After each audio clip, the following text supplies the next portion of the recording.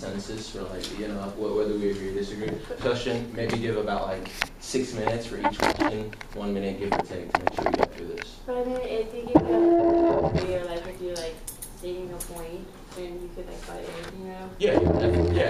Yeah, how every other surprise is. You're going to start with 1A? Yeah. Okay, I'll read the question. The adjective Machiavellian conjures with negative connotations like deceitful, unscrupulous, immoral, and evil.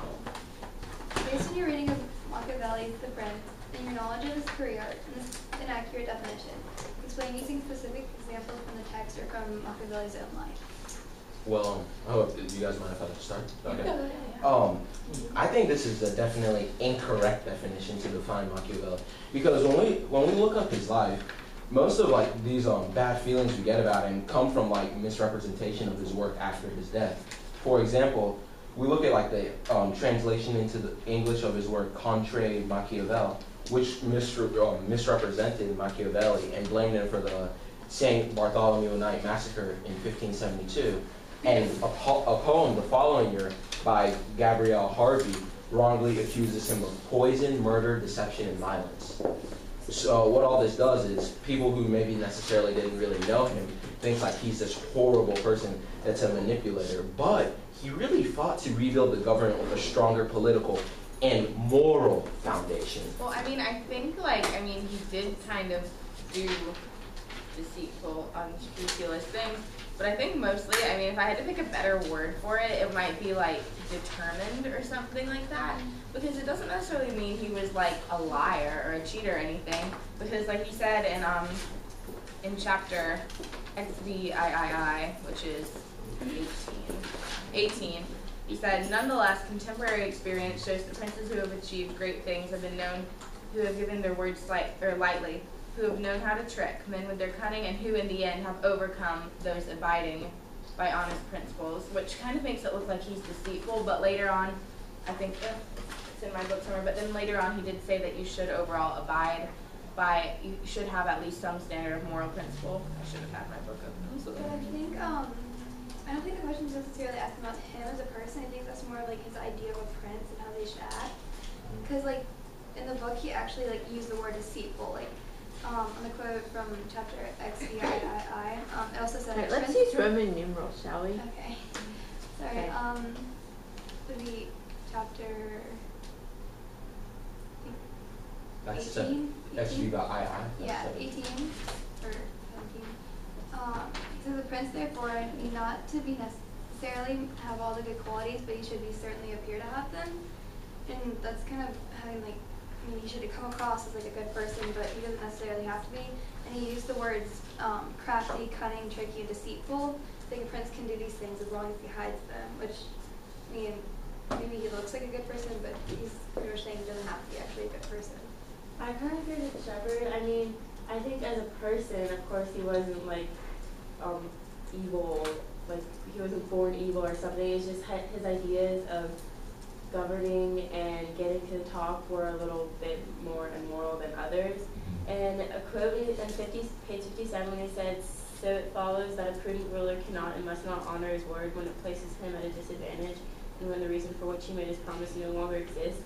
Kind of goes on to say that if he doesn't honor promises as a ruler, then that's completely immoral. And if it was like someone's life on the line, he promised to save their life, and if it didn't offer him anything good and he broke that promise, that person would die, and that seems kind of cruel to me. Yeah, I don't think he was evil at all. I think he was just a realist, and he recognized that in reality not every situation can be solved by virtuous means. And he recognized that if and only no virtuous means can lead to a virtuous end, the end is more important than the means.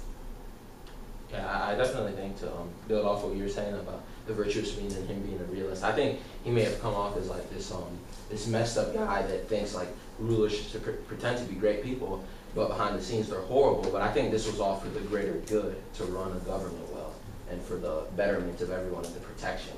So was it for the betterment of the people or the betterment of the prince? Well, it was for the definitely for the betterment of the government, because if you look at any of the things you said, he wasn't saying like, he was saying you'll have more power, which is something I guess, it's not really material, but something a prince would want to acquire.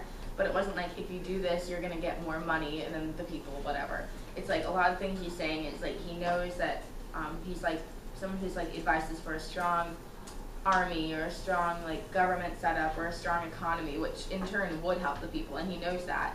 And he knows that the people might not like the ruler necessarily, but they, in the end, all his suggestions would be for their own good. So I think in that way, he does care about the people in the kingdom as well.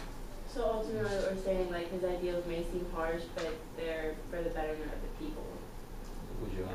Mm-hmm. Definitely. I guess moving on to question 2. Would you all like if I were to read the question out? Machiavelli said that rivers and men can be controlled but cannot be trusted. What do you think this statement means? To what extent do you believe it is true? Come up with a metaphor that would express your view on this idea. Well, you can go ahead. Okay. We're gonna talk. A metaphor I came up with this was fear like lightning struck onto man is a way to keep them in control in times good and bad. And where I get these ideas from in the book, if we turn to chapter 17, look at this following quote. Men, they are ungrateful, fickle, liars, and deceivers. They shun danger and are greedy for profit. While you treat them well, they are yours. They would shed their blood for you, risk their property, their lives, their sons, so long as I said above, as danger is remote. But when you are in danger, they turn away. Then later on, he says, men worry less about doing an injury to one who makes himself loved than to one who makes himself feared. So I think here he asserts that, men are not very trustworthy. When things are great and just jolly, oh yeah, they're your best friends. But when things take a turn for the worse, they will turn against you. And if you can strike fear into man, they won't be as quick to turn against you or to go against your orders and laws. When he was talking about the rivers, and controlling and not being trusted, I said the rivers, when he's saying they can be controlled, like we can put up dams and we can put up things to make like the flow what we want, but nature's gonna strike and it's gonna overflow and it's gonna get out of hand.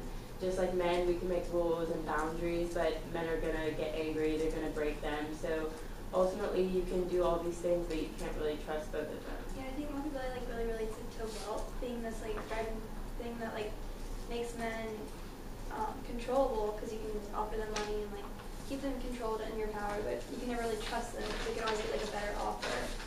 And it describes fortune as being like a flooding river, saying you can take precautions and make embankments, saying kind of like you can try to stop the flow of the river in case a flood comes, but if the flood comes, like once it starts, it won't end. And it's the same situation. I really like when he used like all the like metaphors that kind of related to water and stuff, because it's just a really good like comparison to like I think human nature, kind of the way that people are so unpredictable. I mean, it kind of comes back to the question of like, we have laws, but why do people break those laws? Like, it's not right to like rob a house, but some people rob a house anyway. And obviously they do it for a reason, but like they know it's wrong, they know it's illegal. So why do people do it? And I think it just kind of goes back to that with his quote about the rivers and everything, because people are so unpredictable in that way that they aren't always going to abide by rules. And he was talking about this like in addition to like he was talking about fortresses and if you should build them and everything. And it just like it's similar because he said that like if you build, this is paraphrasing quote, if you build the fortresses, it might help you, but it might not. It could get you hated by the people, which could in turn end up having them turn on you. And it's just very subjective, is what I was just trying to say. I had a metaphor of my own, and I used as like, if you were riding an elephant or something, you can like tell him to go one way, and you can pull the reins and tell him to stop or go, but ultimately you can direct the elephant, but only when he doesn't have desires of his own. So like how laws can influence people, but ultimately it's just up to one's like will to do what they do. Yeah. So, like, would we all agree if we said like no matter like what laws or almost like what steps you take to prevent like men rising against you, it's always subjective. You just never know because you don't know what each person's intention is. Yeah. And I think it's also too important. It's also important to balance, because I think Machiavelli knows. He says, I mean, you can't give them too much slack because then they're going to do whatever they want. but if you like put too much pressure on them, then they'll start to break, and then they'll really start to hate you and revolt and everything. So it's all about finding a balance. Yeah, I think they find that kind of in native troops. I don't know if it's really it's the same, but when you talk about auxiliary troops and mercenary troops, like he said, they were really untrustworthy, and they could be controlled with wealth and stuff, but you could never trust them. And I think that's why he recommends to use native troops, because they are like more trustworthy and controllable. All right, so 3A. yes. I haven't heard any metaphors other than Rebecca's. They just said a metaphor about lightning. I didn't hear it. Oh, Yeah. I'll say it Okay, then I hadn't heard Rebecca other than Rebecca. There's 5 people at the table. Do you want to hear my side? Well, mine wasn't good, but I don't know, I'm very not, good I'm not either. good poetry. But I just kind of related mine to like even like a chain, like if you pull on it hard enough, it will break. Like even something so strong, if there's enough force, it will break. Like even if you make the highest laws and you make everyone's like a good person, like they can still turn and they can still do things that are bad, because I mean ultimately everyone gets mad and they can lash out. It's a good one. That's a good one. Yeah. Very good one. I had I don't know how good mine was, but I kind of thought about like a dog. You can like control a dog and you teach it to be obedient and stuff. You can never like fully trust it, I guess. I mean, because it can always like act up and Bison. Yeah. Yeah, I've actually, mine was really similar to Shepherd's, except mine was about, I put a lion for mine. I put like that you can try to train a lion, but then obviously there was that time like, oh, it was a tiger, I guess a few years ago, when it kind of attacked back in that Vegas show or whatever. And I mean, no matter how much trust, I don't know, you can try, but you know, it's always unpredictable, so. So tigers are like human nature. What? Tigers are like human nature. Okay, I well, like it. was I like before. it. Oh, yeah, exactly. I mean, obviously, I'm very poetic, and Tigers that's and totally what I elephants had in mind. and Yeah. lightning.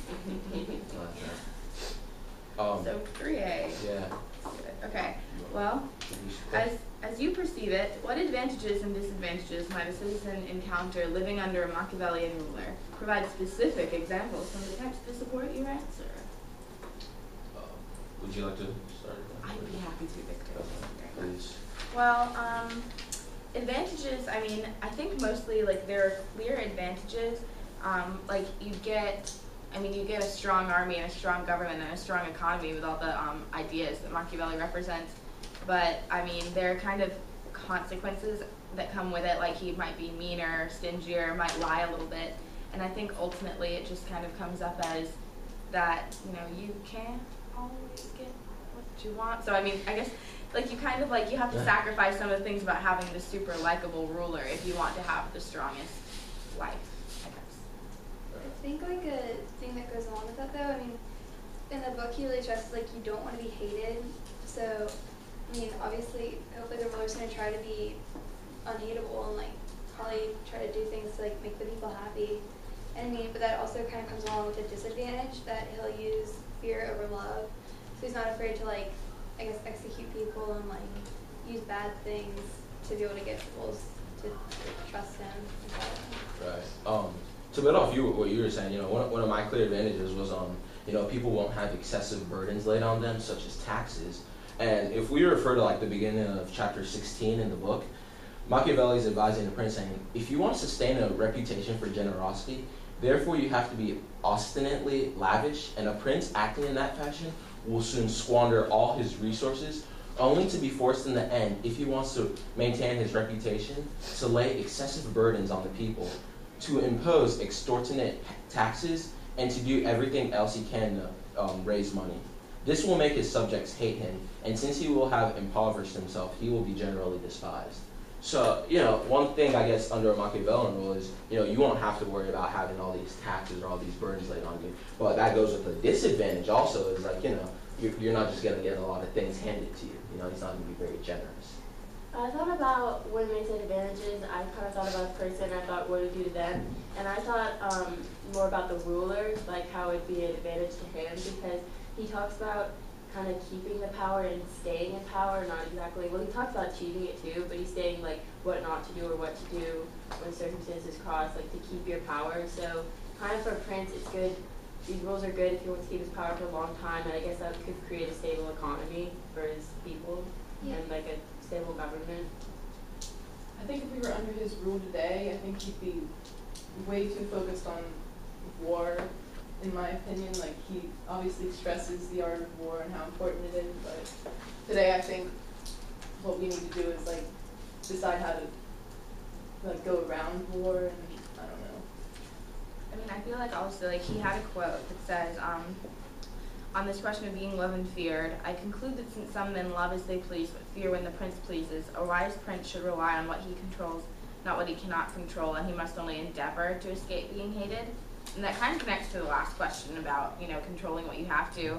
But he said that you have to only escape being hated, and I think kind of like what Becca said when she was talking about, like, that he would focus too much on war, is that I think, like, leaders now kind of know, especially now that's so modern, like with, you know, like, president is on Twitter and stuff. I mean, and he knows exactly what people are saying about it, and I think now it's so much easier to see, you know, well, I guess this is kind of what the people want, and this is what they don't want.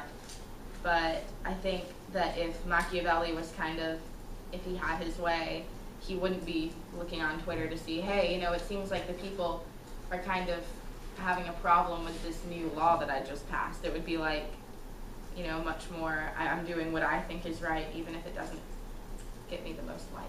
No, I agree. Like, back then, it seemed like he was taking way more precautions, and he couldn't trust anyone, and it's pretty much his own opinion. He takes opinions from people that are respected and have knowledge, but he basically only thinks of himself, like, when he's thinking of good ideas. Not like the president. He has committees, he has people that he can trust, and they kind of have share ideals.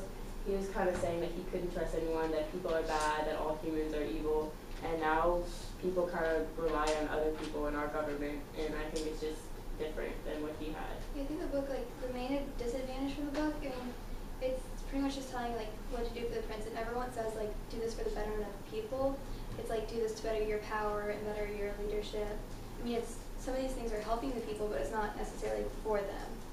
Right, like, to build off what you just said about that disadvantage not necessarily helping people, I also felt like, you know, if a major disadvantage is if you were part of this Machiavellian government in this rule, you wouldn't have, like, the rights for, like, peaceful protests. You wouldn't get to, like, speak openly against the government, because we can refer straight to chapter 19. He says, he makes a reference to, let us come to Alexander. He was a man of such goodness that among other things for which he's given credit, it is said that during the 14 years he reigned, he never put anyone to death without trial.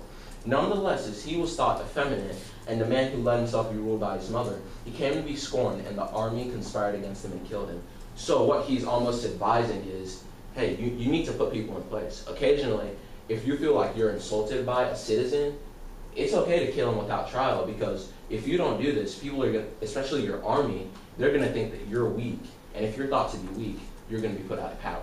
So it's good to make sure people know there's a little limit to how far they can talk.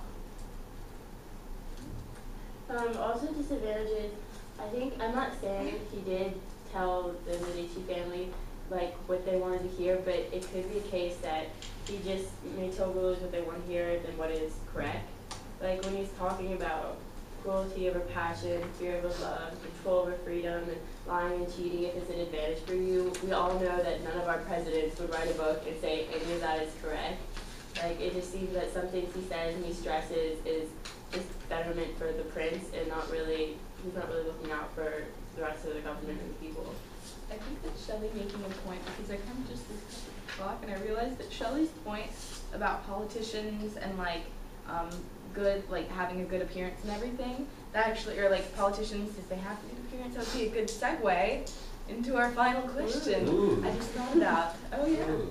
segue. Good observation. Yep. So you got about Try. 4 minutes. Exactly. Oh. So, anyway, so I'll just read it really fast because I'm, like, hyped up on caffeine. Machiavelli argues that a prince must always appear to be a good person, for most will only ever see the appearance and not the reality. How important is it for a modern-day leader to manipulate appearances, provide specific examples to support your opinion? So, someone else wants to go.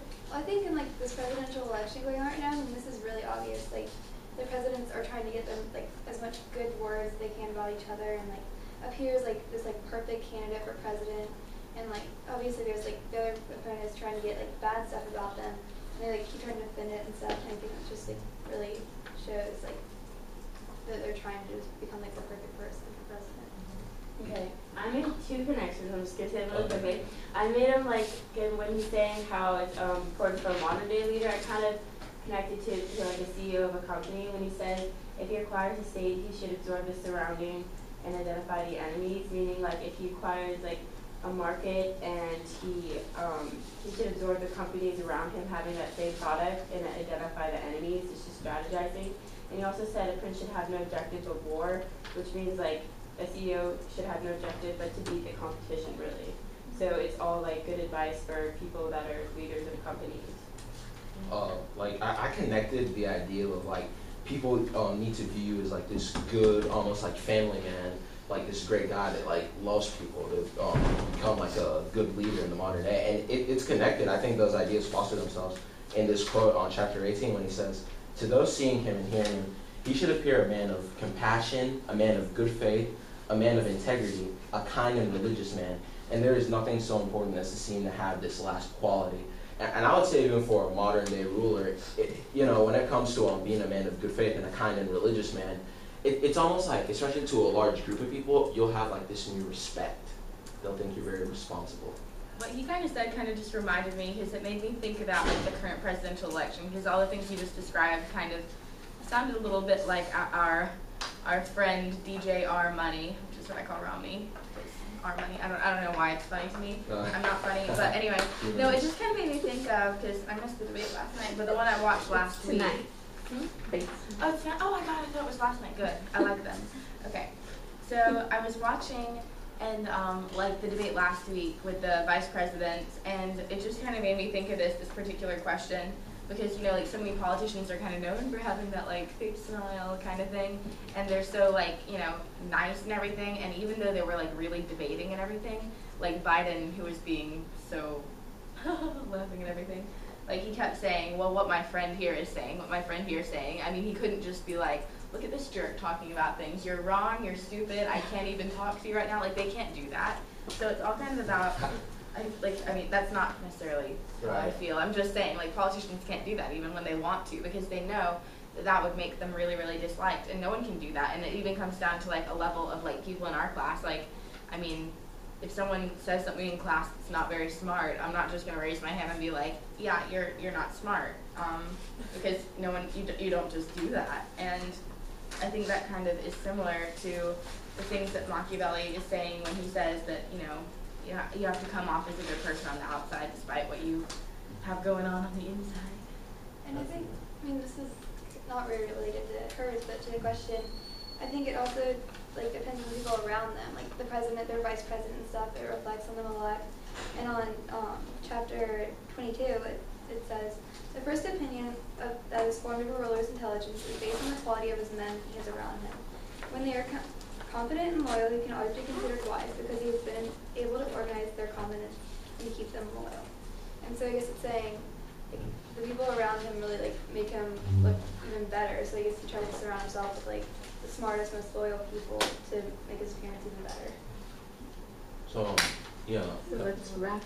Oh yeah. So coming to a consensus on this last question, can we agree almost like Machiavelli feels, and then it also fosters itself today in modern life that, hey, you need to appear to be this great guy, and you need to say nice things, but you're not always necessarily going to follow it through if it puts you at a disadvantage, or if that's how everyone is, really. Yeah, that's. I mean, like if it puts you at a disadvantage, you don't really want to follow it. Yeah. You're not gonna be like, okay. I think a lot of Machiavelli's things that he talks about sound like to us they sound so ruthless and like, oh my god, why would someone do that? Yes. But really, I mean, I think it would. I mean, it could make a really good government and everything. It's just interesting how different life then was compared to life now, and how this all seems outlandish now, But so it's just interesting. Any other closing comments? Kind of agree with all you guys on foreign appearances. I think we pretty much summarized it already. Okay. All right. There we go. Thank you all for this great debate. It's been a Clap blast. for us. All right. Okay.